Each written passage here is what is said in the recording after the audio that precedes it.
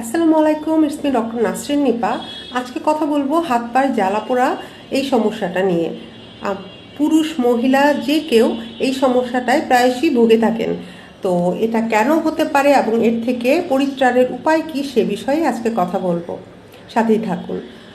তো হাত পায়ের জ্বালা পোড়া, ঝিনঝিন করা, অবশ লাগা, বোধ শক্তি না পাওয়া, মাঝে মধ্যে ব্যথা করা বা পায়ের পাতা ফেললে পায়ের পাতায় খুবই জ্বালা পোড়া করা এবং ব্যথা করা, শরীরে হাত পায়ে জ্বালা পোড়া করা, এই সমস্যাটা প্রায়ই রোগীরা এসে কমপ্লেইন করেন।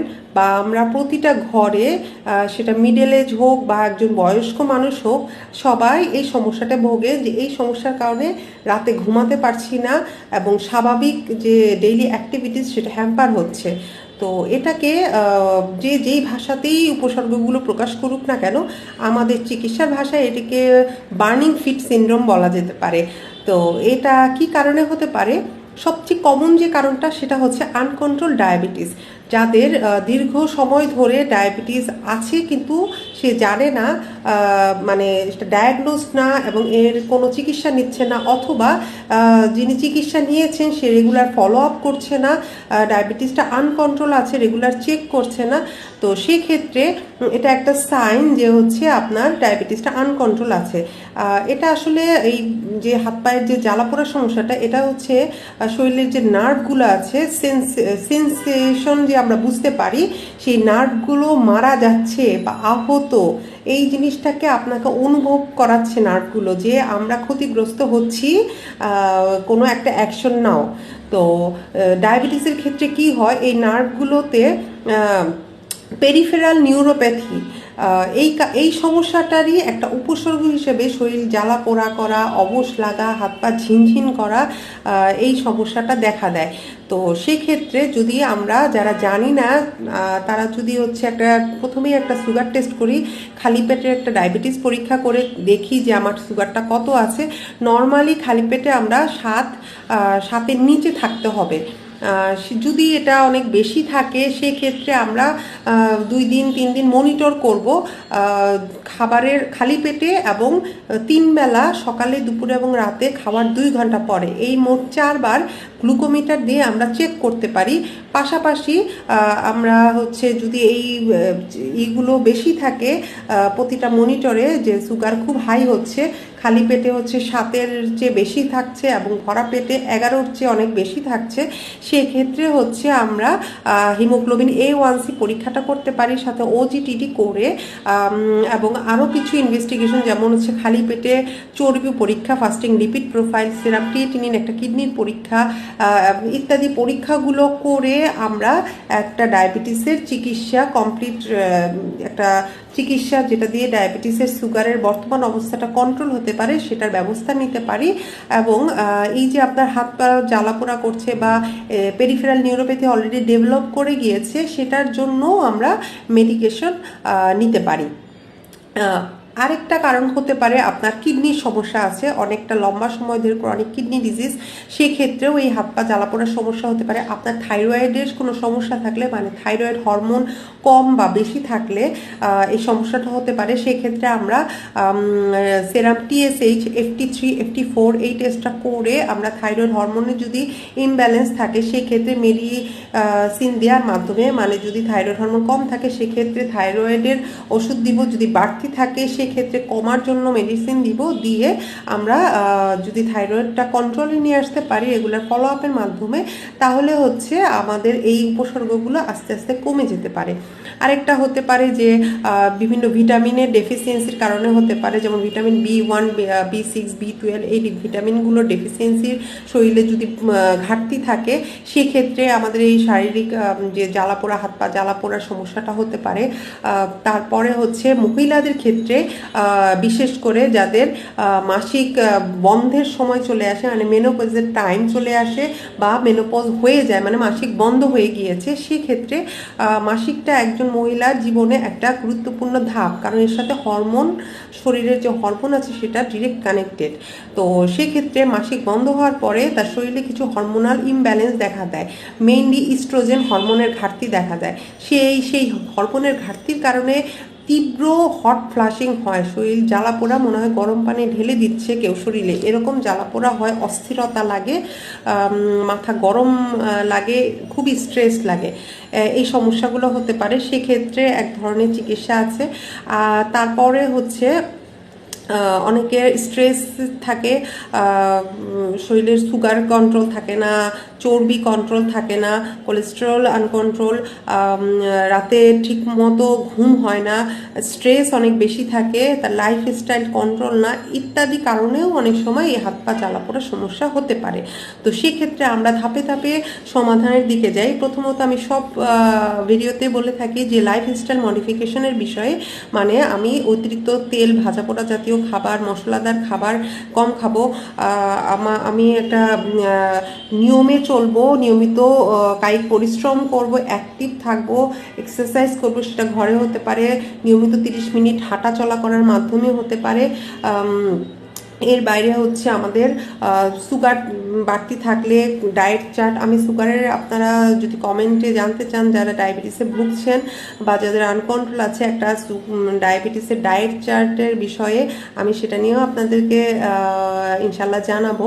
তো ডায়াবেটিসটা কন্ট্রোল করার জন্য একটা ডায়েট চার্ট, যাদের কিডনির সমস্যা আছে, কিডনির সমস্যা থাকলে কি কি ফুড খেতে হবে সেটা কন্ট্রোল করে একটা ডায়েট চার্ট মেনটেন করতে হবে। এই জিনিসগুলো, খাদ্যাভ্যাসগুলো পরিবর্তনের মাধ্যমে, নিয়মিত ঘুম, স্ট্রেস কম, এগুলো যদি মেনটেন করা যায়, সেক্ষেত্রে এই বার্নিং ফিট সিনড্রোমটা অনেকটাই কন্ট্রোল হয়ে যেতে পারে। ডায়াবেটিস থাকলে আমাদের হাত পায়ের যে জ্বালা পোড়া, পেরিফেরাল নিউরোপ্যাথি, সেক্ষেত্রে হাত পায়ের যত্ন খুব সুন্দরভাবে নিতে হবে। যেমন আমরা যে হাত পা পরিষ্কার করব, পানি দিয়ে ধুবো, ধোয়ার পরে খুব ভালো করে পরিষ্কার কাপড় দিয়ে সেই পানিটা মুছে নিতে হবে, পানি থাকা যাবে না, জমে থাকা যাবে না পায়ের আঙুলের ফাঁকে ফাঁকে। তারপরে যদি হাত মোজা, পা মোজা ব্যবহার করি, সেক্ষেত্রে পরিষ্কার হাত মোজা, পা মোজা ব্যবহার করব। হাত পায়ে নখ কাটার সময় সচেতন থাকবো, খুব বেশি ডিপ করে কাটা যাবে না। কোনো জায়গায় আলসার যাতে না হয় পায়ের আঙুলে, হাতের আঙুলের মাঝখানে বা সাইডে, তা এই foot ulcer, diabetic foot ulcer যাতে না হয়, এগুলো আসলে নন হিলিং। এই সামান্য আলসার বা একটু আঘাত থেকে অনেকটা সিভিয়ার ব্যাপার স্যাপার হয়ে যেতে পারে হাত পায়ের ক্ষেত্রে। এই জিনিসগুলো আমাদের যত্ন নিতে হবে। হাত পায়ের ক্ষেত্রে ডায়াবেটিস থাকলে, কিডনির সমস্যা থাকলে, কিডনির সমস্যার কি অবস্থায় আছে সেটা দেখে আপনাকে ব্যবস্থা নিতে হবে। পানির পরিমাণ, এই জিনিসগুলো মেনটেন করতে হবে। খাবারের কি কি নিষিদ্ধ সেগুলো মেনটেন করতে হবে।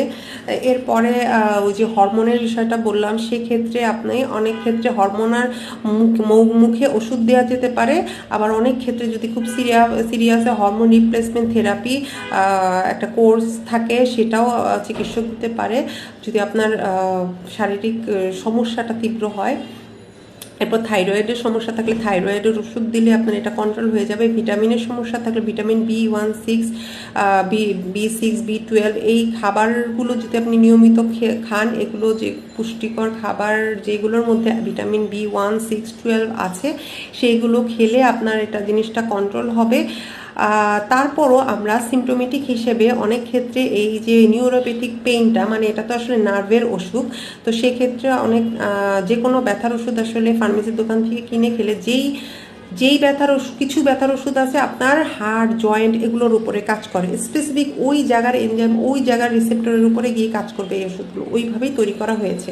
কিছু ব্যথার ওষুধ থাকে যেগুলো আপনার হার্টের সমস্যা, হার্টে যে বুকে ব্যথা হয় সেটার ক্ষেত্রে, কিছু আছে আপনার ফুসফুসে ক্ষেত্রে, কিছু আছে জ্বর, শরীর ব্যথা, সেই ক্ষেত্রে কাজ করে। কিছু আছে আপনার যে পেট ব্যথা, পেটের ভিতরে যে পাকস্থলী আছে, খাদ্যনালী, সেখানে কোনো ঝামেলা থাকলে সেই ব্যথার উপরে গিয়ে কাজ করে। আবার এই যে আমি বললাম নার্ভের ব্যথা, সেই ক্ষেত্রেও ব্যথার ওষুধটা ভিন্ন।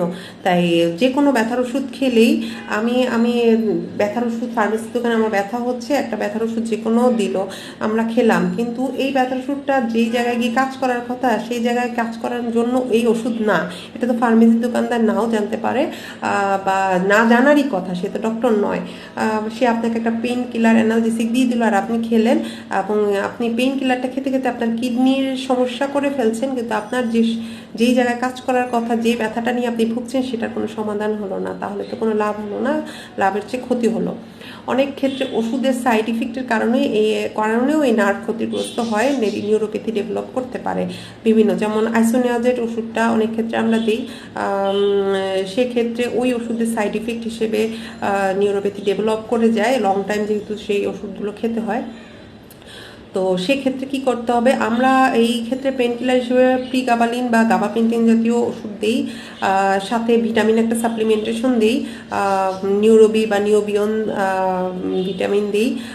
অনেক ক্ষেত্রে হচ্ছে আরও পুষ্টির ঘাটতি থাকতে পারে, যেমন ক্যালসিয়াম সাপ্লিমেন্টেশন লাগতে পারে। এটা আসলে আপনার যে সমস্যাটা সেটা নিয়ে আপনি যখন চিকিৎসকের সাথে কথা বলবেন, চিকিৎসক আপনার সার্বিক হিস্ট্রি শুনবে, আপনাকে হেড টু টো, আপনাকে মাথা থেকে পা পর্যন্ত ক্লিনিক্যালি পরীক্ষা করবে, দেন প্রয়োজনীয় ইনভেস্টিগেশন দিবে, সেটার রিপোর্ট দেখে সে আপনাকে একটা প্রেসক্রিপশন করে দিবে।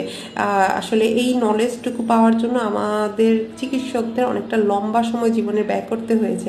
এটা আসলে 1-2 দিনের ওই বা 3 মাসের কোর্স করে, বা হচ্ছে পাশের বাসার আন্টি এই সমস্যার জন্য কি ওষুধ খেয়েছে তার প্রেসক্রিপশন থেকে ফার্মেসির দোকান থেকে ওষুধ কিনে এনে খেলে আসলে সমাধান পাওয়াটা সম্ভব না, বরং এক রোগের জন্য অন্য ওষুধ খেলে সেই ওষুধের যে সাইড ইফেক্ট আছে সেটা আপনার শরীরে গিয়ে বাসা বাঁধতে পারে। সেক্ষেত্রে আপনি একটা রোগে ভুগছিলেন, আরও 2টো রোগ ইনভাইট করে নিয়ে আসলেন। তো আমরা আসলেই সবাই সুশিক্ষিত এবং স্বশিক্ষিত হব, আমরা ভুল করব না, আমরা চিকিৎসকের শরণাপন্ন হব এবং তার কাছে নিজের সমস্যাটা বিস্তারিত জানিয়ে আমরা সঠিক ওষুধটি গ্রহণ করব।